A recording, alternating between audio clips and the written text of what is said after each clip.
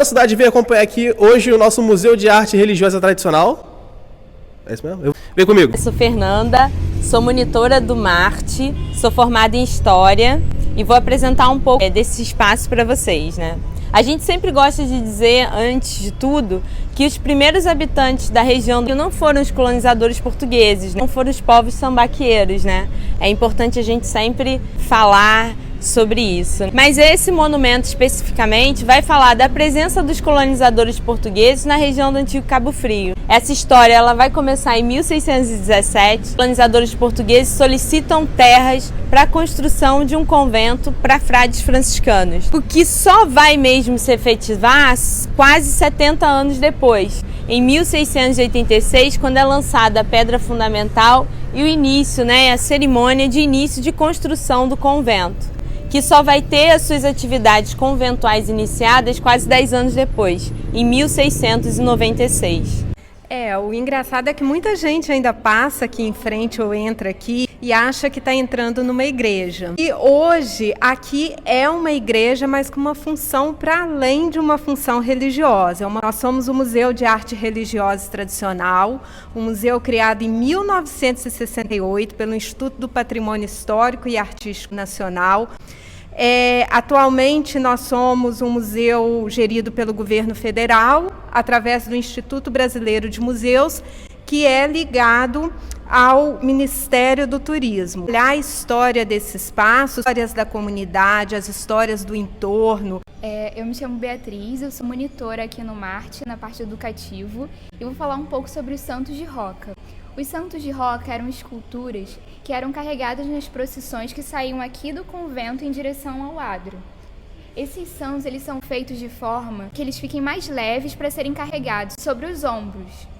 Outra característica importante são as vestimentas franciscanas. Esses santos ilustram a forma como os franciscanos se vestiam.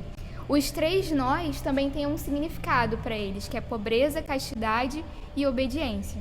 Ao redor da igreja conventual tem azulejos portugueses. Esses azulejos, apesar de levar esse nome, eles têm influência árabe, por conta dos arabescos. Esses arabescos são figuras florais, fitomorfas. Bom, essa parte aqui é a Capela de São Francisco da Penitência.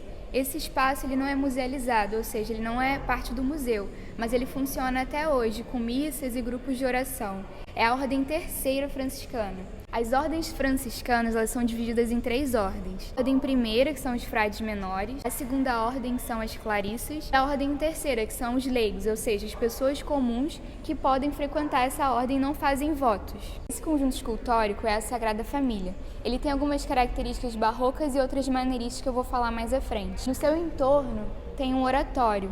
Esse oratório ele tem características neoclássicas. O neoclássico ele surge a partir das escavações de Herculano e Pompeia em Roma. Na época, eles acharam artefatos do passado e a partir dessas artes do passado, eles incorporaram esse estilo à arte da época, ao clássico da época. E aí surge o neoclássico, que é o novo clássico. Aqui é o conjunto escultórico Milagre da Porciúncula. Ele representa o Dia do Perdão, que é o dia 2 de agosto, que é quando São Francisco, intercedido por Maria, pede a Jesus que os pecadores confessos tenham seus pecados perdoados. E aí ficou instaurado o Dia do Perdão. Bom, aqui tem alguns santos franciscanos. Lá em cima é São Francisco, abaixo dele Santa Clara. Aqui é o centro. Cabelos dourados à esquerda, Nossa Senhora da Conceição. Atrás dela é São José. Aqui à direita, Santa Ana Mestra. Atrás dela é São Joaquim, são os avós de Jesus. Aqui, Santo Antônio. Uma das curiosidades aqui com o espaço, com os visitantes que a gente recebe, é que tem muita gente mesmo que fala que aqui no convento havia um túnel. E algumas pessoas até dizem, eu brincava nesse túnel quando eu era criança, existia um túnel sim, vocês estão escondendo esse túnel.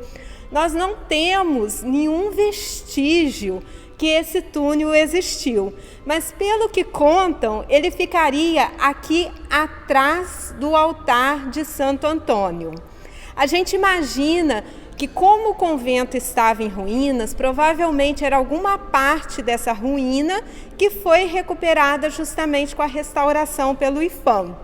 Mas a gente continua na busca. Quem sabe um dia a gente não encontra esse túnel e o que tem guardado dentro dele. Fica a expectativa. Bom, nós estamos agora na área que corresponderia ao convento propriamente dito, né? Originalmente em formato quadrangular, com 4 alas construídas e voltadas para o centro. Hoje nós temos esse lindo jardim, né? Em meio às ruínas preservadas, a gente tem um jardim